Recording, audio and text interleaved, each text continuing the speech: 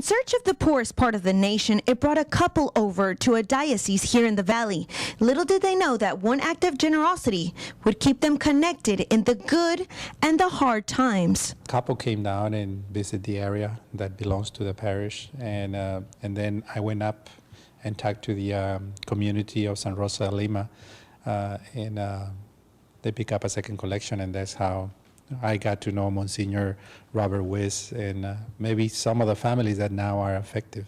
A building that cost about $700,000 to build, they received about $11,000 from parishioners belonging to St. Rose of Lima Church in Newtown, Connecticut. Father Martinez says he was in shock when he first saw the tragedy unfold in the news. It just impacted me the way that I say, well, how many people may have helped us that now are affected by the tragedy that happened in Newtown. Father Martinez says the Newtown community is very welcoming and very loving. He says strength and faith is what's necessary. Sometimes what we teach, everything in God's hands, and if it was God's will, I mean, it's God's will. Nothing we can do other than be praying that sooner or later we will be reunited in heaven too. Father Martinez practiced the power of prayer, so he asked his parish to write letters of condolences. He plans to send all the letters together with over 1,000 registered parishioners and many more that are not. He says faith is what he can give and what's needed. He says it's a tough time,